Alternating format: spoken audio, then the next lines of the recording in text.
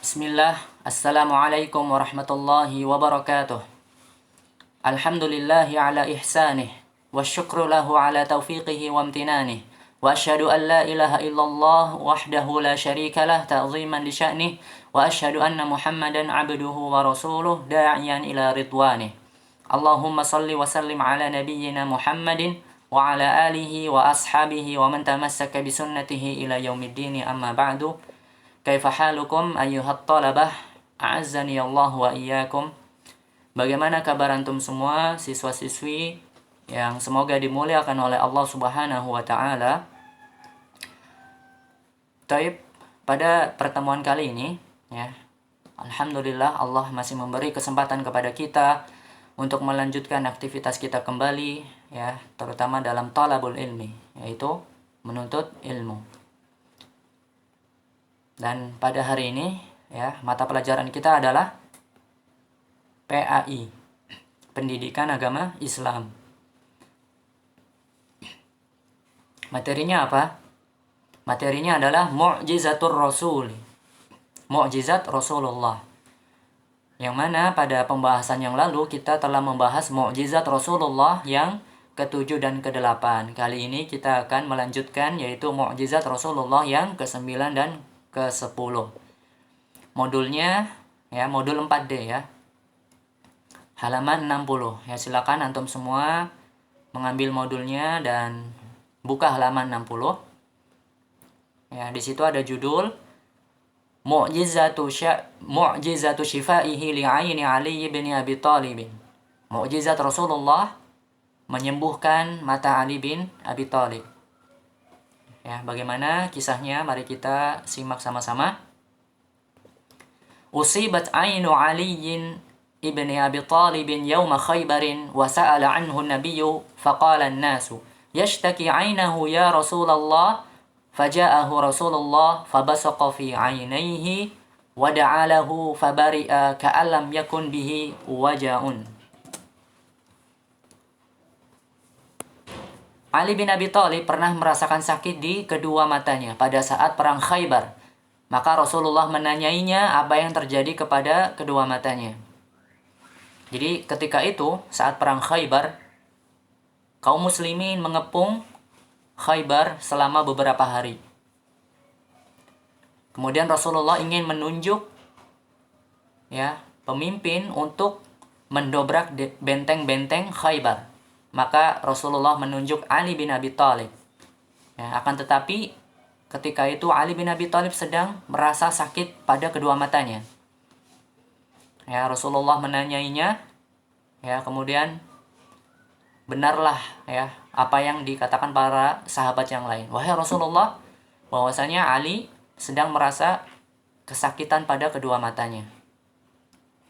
Lalu Rasulullah mendatangi Ali langsung.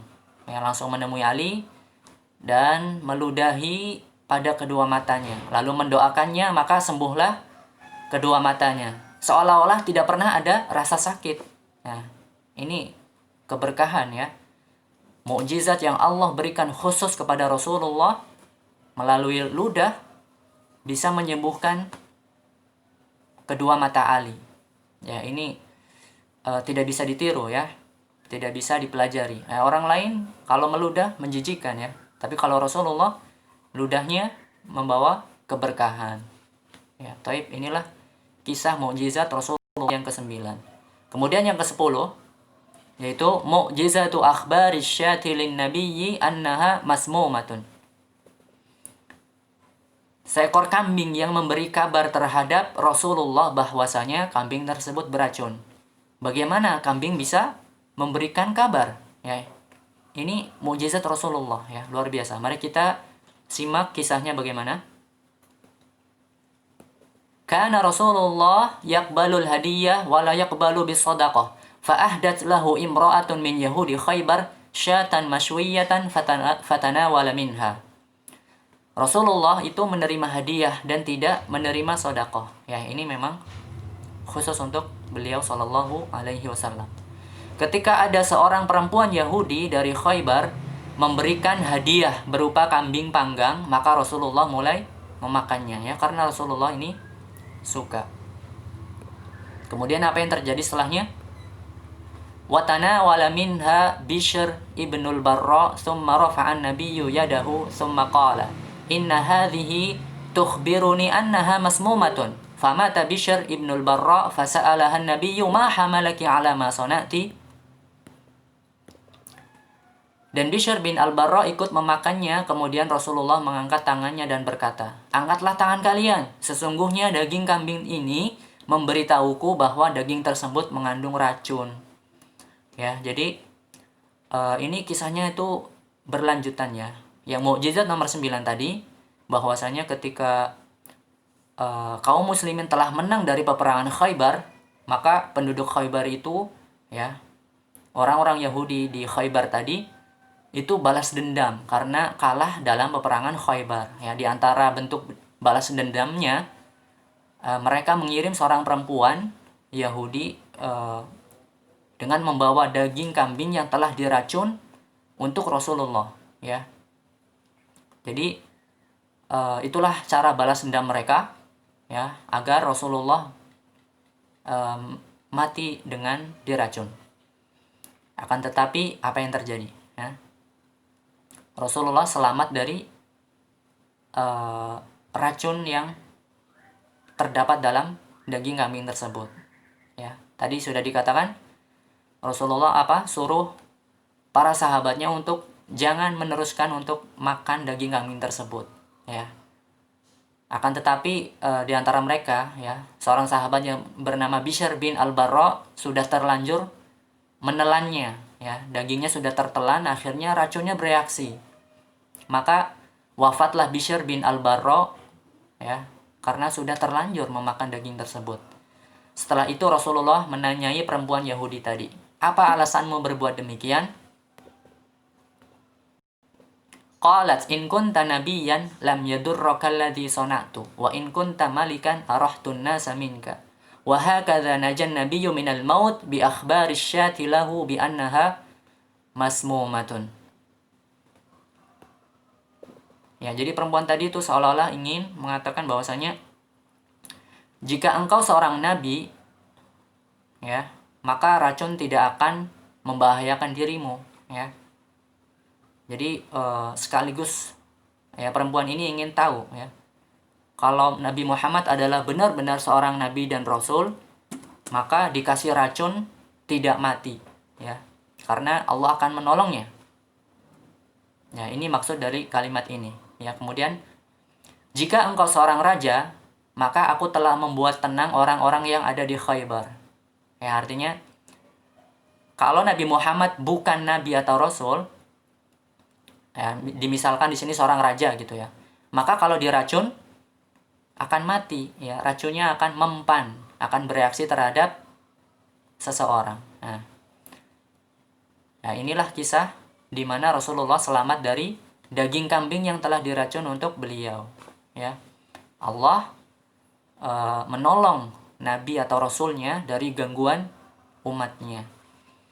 Ya, baik.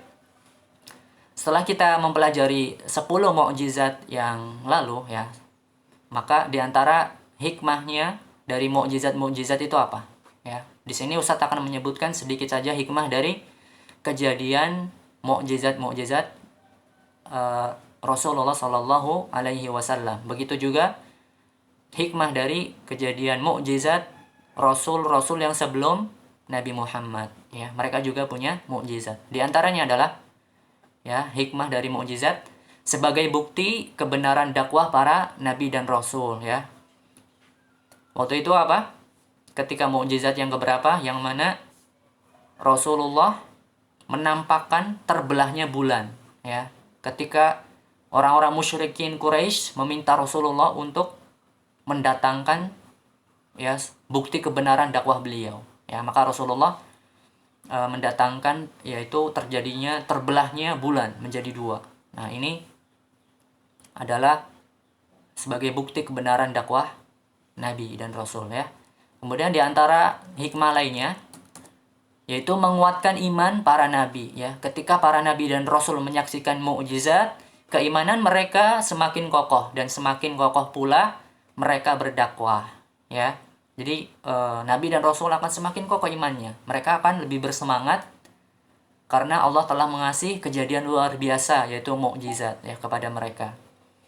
Kemudian di antara hikmah yang lain, sebagai ujian bagi manusia, ya, apakah mereka mau menerima dan membenarkan bukti-bukti yang dibawa Rasul, ataukah mereka malah mendustakannya setelah datangnya tanda atau mukjizat yang Allah berikan.